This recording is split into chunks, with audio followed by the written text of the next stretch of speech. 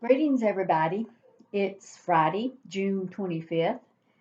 This is hard to believe that it's the very last day of June. Next Friday, it'll be in July.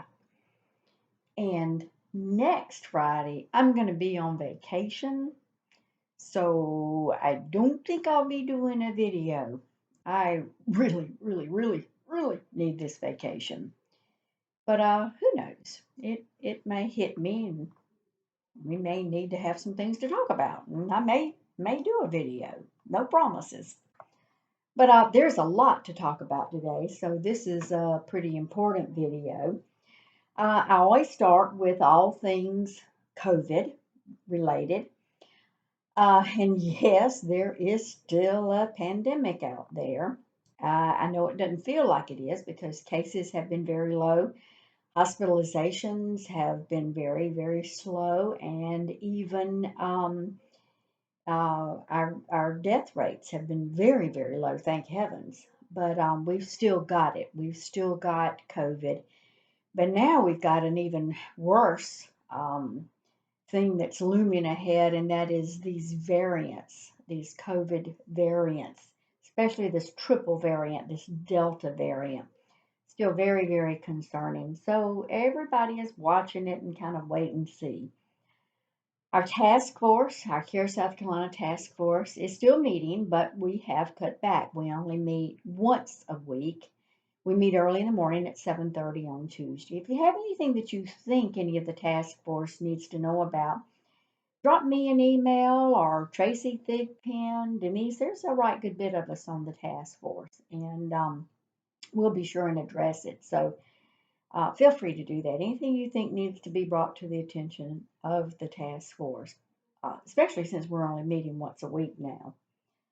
Um, we had a very busy board meeting last night, and one of the things the board did is they agreed to eliminate that travel policy that we first implemented back in July of last year. We revised it a little bit in March.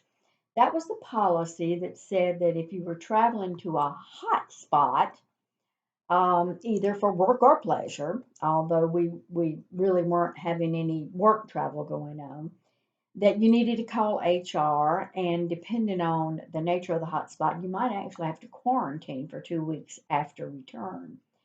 Then we modified that in March of this year and said, there really weren't any hot spots, so to speak, but still keep that notification in process. Well, now everything is gone. The policy's gone, poof. There's nothing expected of you as you do your travels, even if you're traveling to anything that is deemed a hotspot, although I don't know where that would be. Maybe a foreign country, although that in and of itself is limited. So anyway, the board agreed that policy is eliminated. And we'll wait and see. Who knows? Who knows what the virus is going to do in months and what have you. So the other thing, and now this didn't take a board policy, but this is COVID related, and this will really be good news for everybody. Starting next week, Monday, drum roll please, there will be no more temperature checks required of either patients or staff as you enter our buildings. Yay. Now, I hear the next question already. Does that mean we don't have to wear a mask? No, that does not mean that. We are still requiring masks to be worn in all the public areas, the clinical areas, and everything. Remember, though, a while back, if you are in your private office, um, masks don't need to be worn, particularly if everybody in there is vaccinated.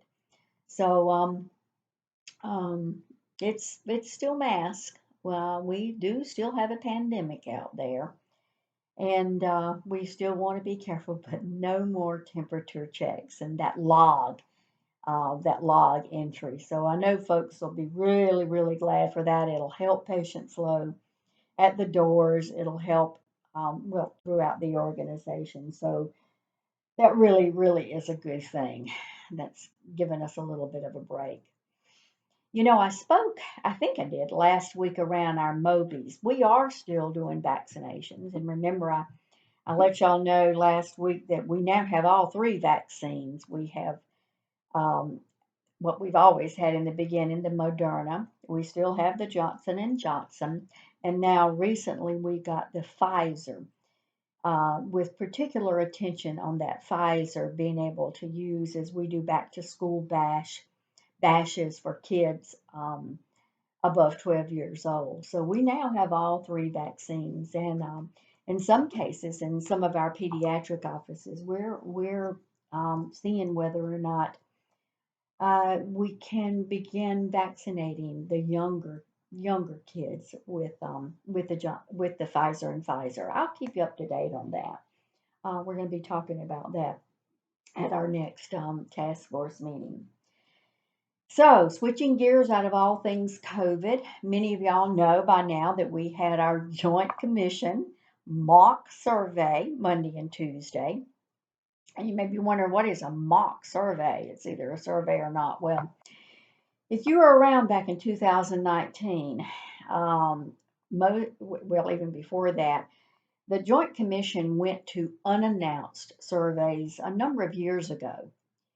And when we had our regularly anticipated Joint Commission survey in 2019, we really took a blow. We had some real struggles.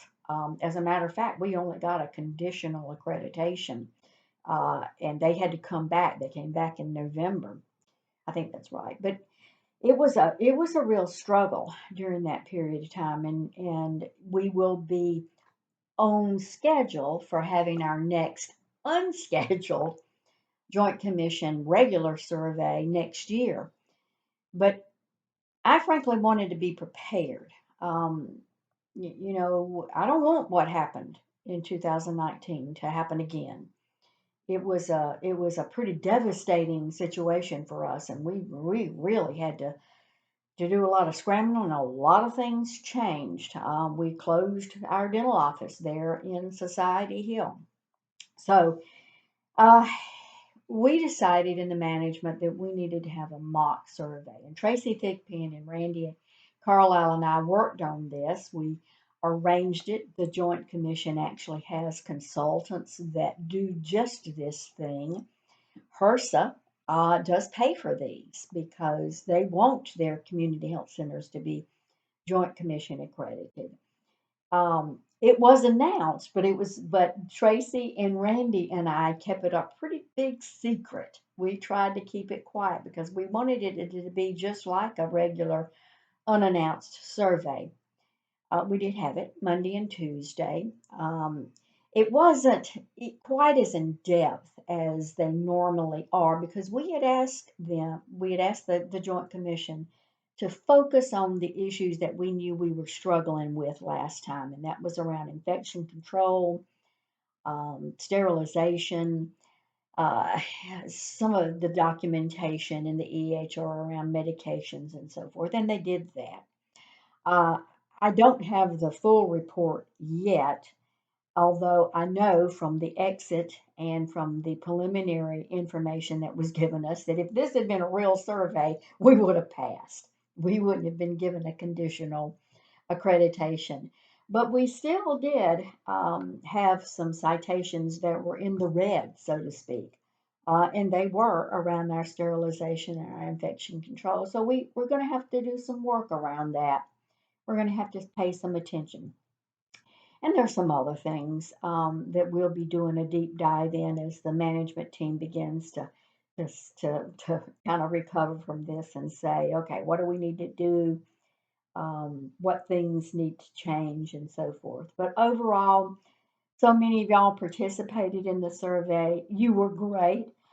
Excuse me. The one thing the surveyor said as a takeaway is she said, you have a remarkable staff here.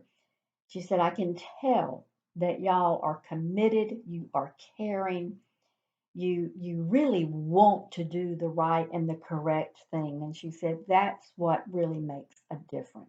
And not only that, she recognized, the surveyor did, that we are doing the things for our communities and our patients that without us, so many patients wouldn't have access to. So um, I don't want to put words in the surveyor's mouth or anything, but I think she left with a very good, solid impression, and I heard some really good, favorable comments. So kudos, y'all. Good job.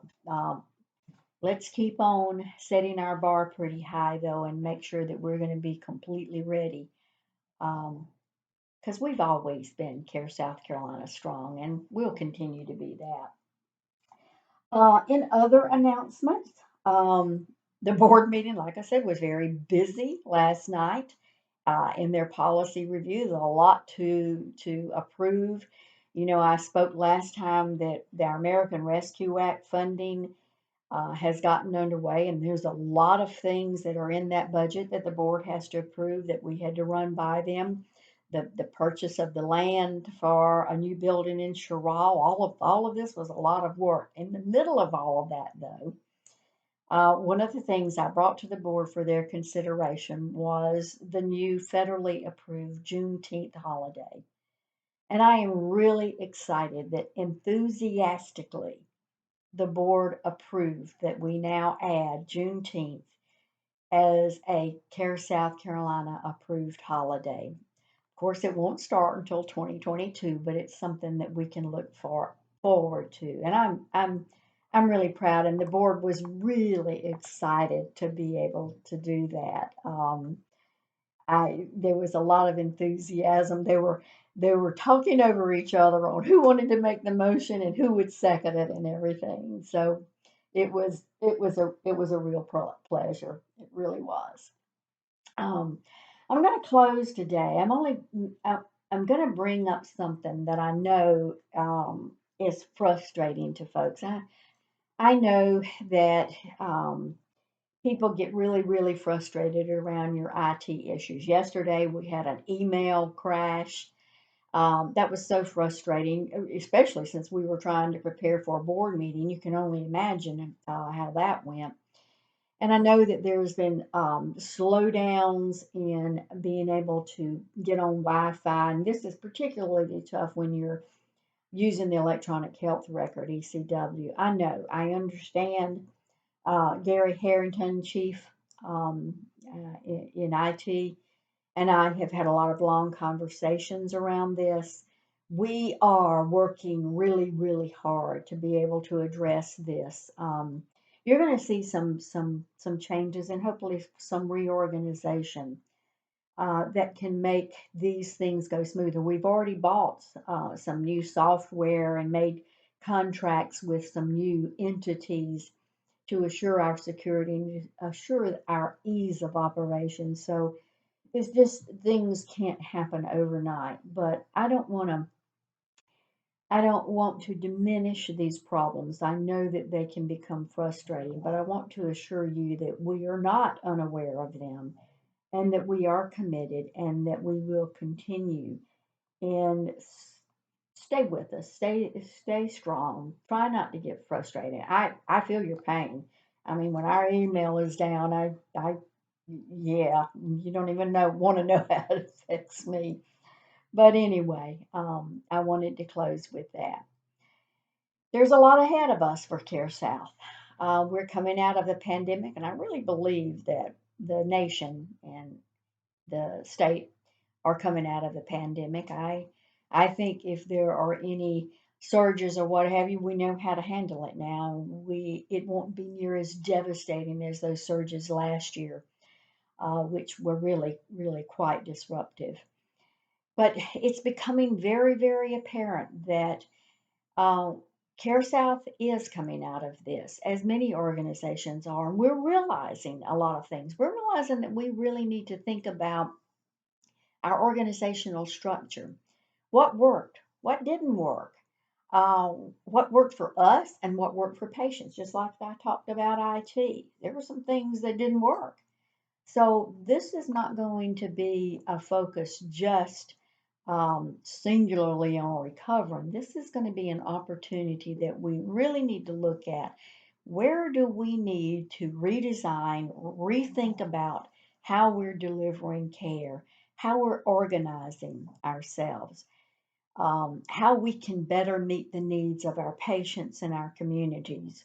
Last time I talked a little bit about our MOBIs being maybe reconfigured and recommissioned, so to speak, after vaccinations and testing dwindles down. And can we use those as points of access for patients who don't need anything more than, a hemoglobin A1C or some other lab test done or their blood pressure checked or something like that, just as a point of contact rather than have to require patients to come in, make an appointment, get a babysitter, find travel, get off of work, do all of that. So we're thinking out of the box, or trying to, with this, and you're going to see some changes. You're going to see some ways that we think we can improve and make more efficient, and particularly make more responsive to our community and our community needs. So, things ahead of us. It's going to be different, but I think it'll also be exciting.